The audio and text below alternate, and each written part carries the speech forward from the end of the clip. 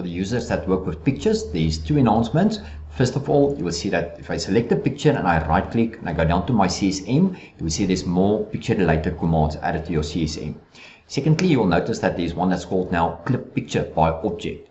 Previously, you had to do it by points. So what we're going to do is we're going to create a circle. So I'm going to click the circle command and I'm going to indicate what portion of my picture I would like to make use of. So I've created my circle or my boundary, so I can select my picture, right click, I go down to pictures, and I'm going to make use of clip picture by object. So I'm going to click on the command, Caddie will ask us, indicate clipping object. So I'm going to indicate my circle and it clipped my picture. At any stage you can still unclip the picture for those that's not familiar with working with pictures.